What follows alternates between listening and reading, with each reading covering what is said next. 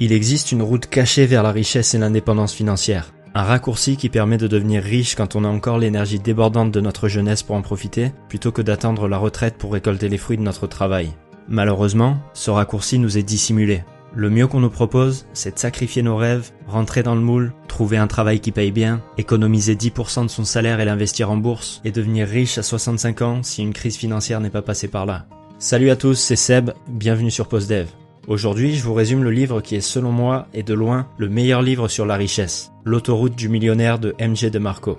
Je vais faire mon possible pour intégrer un maximum d'idées dans cette vidéo, mais je vous recommande sincèrement de le lire en entier, parce qu'il peut vraiment vous changer la vie. Il vient de sortir en français, je vous mets le lien dans la description si vous voulez l'acheter sur internet, ou sinon n'hésitez pas à aller l'acheter directement en librairie. MJ DeMarco a grandi dans une famille et un environnement où tout le destinait à galérer financièrement. On lui avait toujours expliqué que les seules personnes qui devenaient riches jeunes étaient celles qui héritaient ou celles qui étaient douées de talents particuliers. Les sportifs, les acteurs, les musiciens. 2 voix qui affichaient pour lui route barrée. Aucune chance pour toi MJ.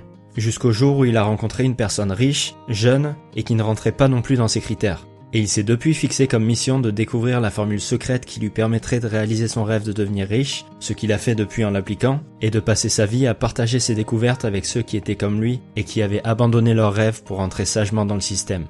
Il a découvert qu'il existait 3 routes, qu'on emprunte aujourd'hui, mais qui détermineront notre situation financière de demain. La première, c'est le trottoir, qui vous destine à une vie de galère financière. La deuxième, c'est la voie lente, qui vous destine généralement à la médiocrité et possiblement à devenir riche à 60 ans. La troisième, c'est celle qui a le plus de chances de vous apporter la richesse financière et l'épanouissement personnel. C'est l'autoroute du millionnaire. Chacune de ces routes est basée sur un état d'esprit et un système de croyances qui vont déterminer les actions que réaliseront les personnes qui les empruntent. Et ces routes sont aussi chacune basées sur une équation mathématique qui déterminera votre avenir financier. La première chose à prendre en compte, c'est que la richesse n'est pas un événement, mais un processus. C'est pour ça qu'on parle de route et pas d'événement. Beaucoup de gens s'imaginent que pour devenir riche, il faut gagner au loto, gagner un procès, obtenir une augmentation ou être chanceux. Quand on entend qu'Instagram a été racheté par Facebook pour $1 milliard, tout ce dont parlent les médias, c'est de l'événement. On se met à croire qu'un mec a juste passé quelques heures à coder une appli pour partager des photos dans sa chambre d'étudiant et qu'il se les fait racheter par chance. La vérité, c'est que ça a pris aux créateurs des années de galère, à apprendre à coder les soirs et les week-ends, à affiner leur concept, à convaincre des investisseurs et à bâtir une base solide d'utilisateurs. La grande majorité des événements de richesse sont précédés d'un processus de longues heures de travail, d'échecs et de sacrifices. Maintenant que vous avez compris que votre futur financier sera déterminé par les actions que vous prenez aujourd'hui et le processus de travail que vous mettez en place dans la durée, on va décrypter les 3 routes qui s'offrent à vous. La route la plus empruntée, c'est le trottoir, qui consiste à troquer la sécurité de demain pour le plaisir d'aujourd'hui. Si tu es à un quelque chose d'être ruiné, un salaire d'être ruiné, un contrat d'être ruiné, un loyer perçu d'être ruiné, tu es probablement sur le trottoir. Et il faut pas se laisser aveugler par la valeur de son salaire ou de ses rentrées d'argent. Vous pouvez gagner très bien votre vie, percevoir des salaires, des intérêts ou des dividendes énormes, tout en étant sur le trottoir. La destination financière des gens qui empruntent le trottoir est inexistante. Le plan, c'est de ne pas avoir de plan. Leur surplus d'argent est immédiatement dépensé dans le nouveau gadget à la mode, un loyer exorbitant ou d'autres signes extérieurs de richesse. De manière générale, ils sont prisonniers de leur style de vie et sont motivés par un besoin insatiable de plaisir, de reconnaissance et de satisfaction immédiate qui les maintient toujours plus esclaves de leur job, de leur business ou de la société. L'équation de richesse du trottoir, c'est la suivante. Richesse égale revenu plus dette. Ceux qui empruntent le trottoir utilisent tout leur revenu et le complètent avec de la dette pour financer leur train de vie. Tout l'argent qui n'est pas dépensé est considéré comme de l'argent gâché. C'est comme ça que des gens comme Nicolas Cage ou 50 Cent arrivent à tomber en faillite personnelle alors qu'ils gagnent des millions. Les gens qui empruntent cette route ont la plupart du temps été victimes de la perversion de la définition de la richesse. C'est la société qui a redéfini pour eux ce que signifie être riche. Une voiture qui coûte cher et qui roule vite, un corps bien sculpté, des vêtements de designer, une villa avec piscine et la dernière technologie à la mode. La richesse, ça serait un cumul de choses qui s'achètent au supermarché, chez le concessionnaire ou dans une boutique sur les Champs-Élysées et qui s'exhibent ostensiblement. L'important serait de paraître riche, pas nécessairement de l'être vraiment. Alors que ceux qui empruntent le trottoir n'ont pas de plan financier et se préoccupent seulement de leur plaisir immédiat au détriment de leur futur, ceux qui empruntent la voie lente font l'inverse. Ils sacrifient aujourd'hui dans l'espoir de pouvoir jouir d'une vie meilleure demain. C'est souvent des personnes qui utilisaient le trottoir à la base, mais qui ont dû faire face à leurs responsabilités avec l'arrivée d'un enfant ou des dettes qui s'accumulent. Mais c'est aussi souvent des gens très sérieux quant à leur futur, qui ont écouté des personnes de confiance, les profs, les amis, les parents, répéter les mensonges qu'ils avaient eux-mêmes entendus toute leur vie. Si tu veux réussir, endette-toi pour financer une école avec un diplôme reconnu, trouve un travail qui paye bien et avec un maximum d'avantages, fais un maximum d'heures sup, gravis les échelons, investis en bourse pour t'enrichir et serre-toi la ceinture. Le problème, c'est que quand on utilise cette voie et que le monde connaît une crise financière, le plan ne tient plus debout. Quand vous êtes remplacé par un robot ou un petit Pakistanais qui fait le même travail que vous pour un dixième du prix, que les marchés financiers perdent 60% de vos économies, ou que le marché de l'immobilier chute et efface la moitié de votre capital, le plan tombe à l'eau. Avoir un plan qui repose entièrement sur des circonstances hors de notre contrôle, c'est parfois pire que de ne pas avoir de plan du tout. Pour comprendre les limites de la voie lente, il faut analyser l'équation de richesse sur laquelle elle est basée. Cette équation est toujours fonction de deux variables. Votre source primaire de revenus, c'est-à-dire comment vous gagnez principalement votre argent, ici c'est par un salaire, et votre accélérateur de richesse, c'est-à-dire comment vous faites fructifier cet argent. Généralement, sur la voie lente, c'est par les marchés financiers. Le problème, c'est que ces deux éléments reposent sur ce qu'on appelle des variables limitées et incontrôlables. Ces variables sont fondamentalement limitées et le contrôle que vous avez sur elles aussi. Si on s'intéresse à la première variable, le salaire, on l'obtient en multipliant le salaire horaire par le nombre d'heures travaillées. D'abord, le nombre d'heures travaillées est naturellement limité par le nombre d'heures dans une journée. Vous pouvez travailler 12 heures par jour, 24 si vous êtes un robot, mais difficilement plus. Pour ce qui est de votre salaire horaire, c'est la même chose. Vous pouvez certes espérer gagner un peu plus chaque année, mais vous ne passerez jamais de 2 000 € par mois à 200 000. Votre source de revenus primaire est donc naturellement limitée, car les deux variables qui la composent sont limitées, et vous avez de toute façon peu de contrôle sur elles. Ensuite, si on s'intéresse à la deuxième variable de l'équation, l'accélérateur préféré de la voie lente, les marchés financiers, on en comprend également les limites. L'idée défendue est que 10 000 € investis aujourd'hui vaudront des millions dans 40 ans grâce à l'effet cumulé. L'effet cumulé, c'est l'idée selon laquelle les capitaux investis génèrent des intérêts ou une plus-value, qui généreront eux-mêmes une plus-value dans la durée, et se cumuleront pour former des sommes importantes. L'effet cumulé est un bon moyen de préserver ou de développer un capital déjà important, mais il est très limité pour de petites sommes. Si vous investissez 10 millions en bourse, vous pouvez générer des intérêts énormes, mais 10 000 € investis sur 40 ans à 5% ne vaudra que 70 000 € dans 40 ans, sans compter l'effet de l'inflation. Pas vraiment de quoi faire rêver. Et tout comme votre salaire, cette variable est entièrement dépendante du passage du temps, qui est naturellement limité et sur lequel vous n'avez aucun contrôle. Si vous regardez cette vidéo, c'est certainement que vous voulez prendre le contrôle de votre destin financier, et éviter autant que possible de le mettre entre les mains d'une entreprise ou des marchés financiers.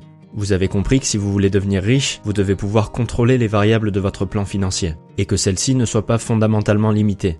Travailler dur à l'école, trouver un bon job, dépenser moins et faire des heures sup pour gagner plus peut faire partie du plan, mais ça ne doit pas être votre plan. Heureusement, il existe une troisième voie, qui repose, elle, sur des variables illimitées et contrôlables, et qui crée donc un environnement optimal pour devenir riche. Quand un mec développe une application mobile et la vend 50 000 fois, il emprunte l'autoroute. Quand un mec lance une barre protéinée et se voit offrir 15 millions pour son entreprise, il emprunte l'autoroute. Celui qui invente un nouveau jeu de société et en vend 500 000 sur Amazon, celle qui écrit une série de romans et en vend des millions, ou celle qui a créé un blog sur sa passion et le vend 4 millions 3 ans plus tard à une grosse boîte aussi.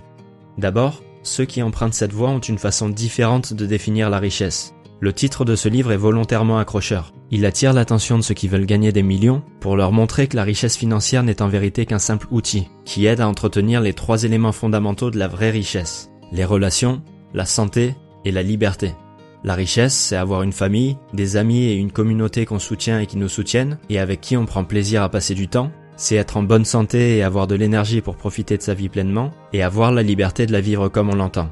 Le problème, c'est quand on cherche à paraître riche sans vraiment l'être, parce qu'on se prive en même temps de tout ce qui fait la vraie richesse. On vit au-dessus de ses moyens pour donner l'impression qu'on a réussi, ce qui nous rend totalement dépendants d'un salaire pour lequel on est obligé de travailler 5 jours par semaine pendant toute notre vie, qui soustrait par la même occasion au temps qu'on a pour prendre soin de sa santé et de son entourage. On devient prisonnier de notre style de vie, et plus on achète de choses pour entretenir cette façade, plus notre peine s'alourdit. En fait, depuis notre plus tendre enfance, on est assigné de force à l'équipe des consommateurs. On est conditionné pour désirer et vouloir nous procurer un maximum de produits et vivre un maximum d'expériences. Ça commence par les petites voitures quand on est petit et ça finit par les grosses quand on grandit. Pour changer de voie et emprunter l'autoroute, il faut commencer par changer de mentalité et rejoindre l'équipe des producteurs, c'est-à-dire ceux qui créent de la valeur plutôt que de la consommer. Plutôt que de chercher à acheter une nouvelle télé à moins 50% dont t'as pas besoin, réfléchis à ce que toi tu pourrais créer comme valeur pour les autres. C'est pas facile, mais une fois que vous voyez le monde du point de vue du producteur, vous devenez tout de suite beaucoup moins sensible à la pub et aux tentations en général, et les opportunités commencent à vous paraître beaucoup plus nombreuses et beaucoup plus claires. Et l'ironie dans tout ça, c'est que quand vous focalisez votre énergie sur la production, vous vous mettez rapidement à gagner de l'argent, ce qui vous permet de consommer comme vous l'entendez. Quand je parle de produire, ça doit pas nécessairement être un produit physique. Il y a une quantité de produits immatériels que vous pouvez créer. Vous pouvez par exemple produire de l'information en créant un blog sur votre expertise, un logiciel, un album de musique ou un livre numérique. Comme j'en parlais dans la vidéo Père riche, Père pauvre, si vous focalisez d'abord votre énergie et votre argent sur la création d'actifs, comme une chaîne YouTube, une entreprise ou tous les autres systèmes qui permettent d'apporter de la valeur à un grand nombre de personnes, cet investissement vous reviendra décuplé. La plupart des gens s'y prennent à l'envers. Vous devez d'abord produire avant de chercher à consommer. Les producteurs deviennent riches, les consommateurs restent pauvres. Pour comprendre le pouvoir de l'autoroute du millionnaire, il faut encore une fois s'intéresser à l'équation sur laquelle elle repose. La source primaire de revenus sur l'autoroute, c'est le profit net que vous générez. Et l'accélérateur de richesse, c'est la valeur des actifs que vous possédez. Ce qui fait la force de cette équation, c'est que ces deux variables sont contrôlables et illimitées. Le profit, c'est quoi? C'est le nombre d'unités vendues multiplié par le profit unitaire, c'est-à-dire la différence entre ce qu'on vous a payé pour ce produit et ce que vous avez dépensé pour le produire et le vendre. Si vous avez par exemple un site où vous vendez des t-shirts pour 20 €, qui vous ont coûté 10 € chacun à produire et à distribuer, votre profit unitaire est de 10 €.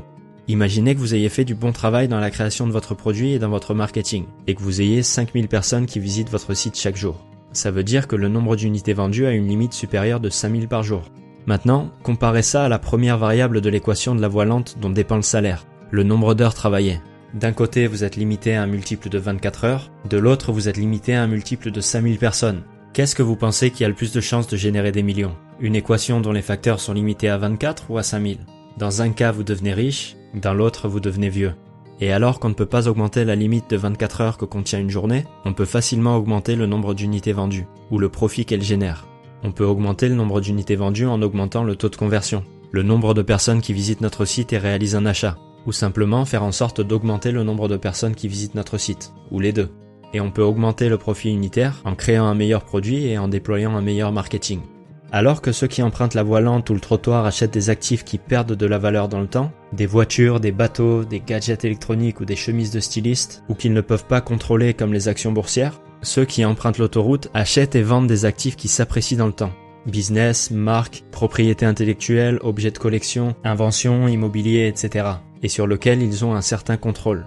Si vous rachetez un business 10 000 €, que vous mettez toute votre expertise à contribution pour le développer et le revendre 10 millions 2 ans plus tard, non seulement la valeur de cet actif a considérablement augmenté, mais ça a été possible parce que vous aviez le contrôle sur cet actif. Quand vous investissez la même somme en actions Renault, vous avez intérêt à ce que les dirigeants prennent de bonnes décisions si vous ne voulez pas voir votre investissement partir en fumée. Warren Buffett est un très grand investisseur et a fait fortune grâce à ses investissements financiers. Mais il est réputé pour investir seulement dans les entreprises où son très large investissement lui permet d'avoir son mot à dire dans les décisions stratégiques. On a donc comme équation de richesse, richesse égale profit net plus valeur des actifs, dont les deux variables sont illimitées, qu'on peut contrôler par notre action et qui en plus sont souvent interdépendantes. Une augmentation du profit net d'un de vos actifs résulte automatiquement en une appréciation de la valeur de cet actif. Quand vous changez d'équation, vous changez d'univers. Ce que vous faites quand vous basez votre plan financier sur cette équation, c'est que vous divorcez votre richesse de votre temps. Plutôt que d'échanger votre temps contre de l'argent, vous l'utilisez pour mettre en place un système qui fonctionne par lui-même.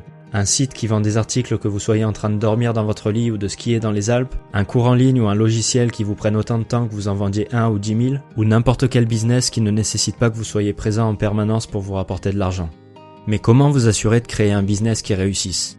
Vous avez 5 commandements à respecter. Le plus vous en respecterez, le plus vous aurez de chances de créer un business qui impacte des millions de gens et vous rapporte des millions par la même occasion. Même si c'est possible d'y arriver sans respecter tous les commandements, vous devez viser à tous les satisfaire pour limiter un maximum les risques et accroître un maximum vos chances de réussir. Le premier commandement, c'est celui du besoin. La seule raison d'être d'un business, c'est de résoudre un problème. Si vous voulez que votre business réussisse, mettez-vous à la place des gens et demandez-vous ce dont ils pourraient avoir besoin.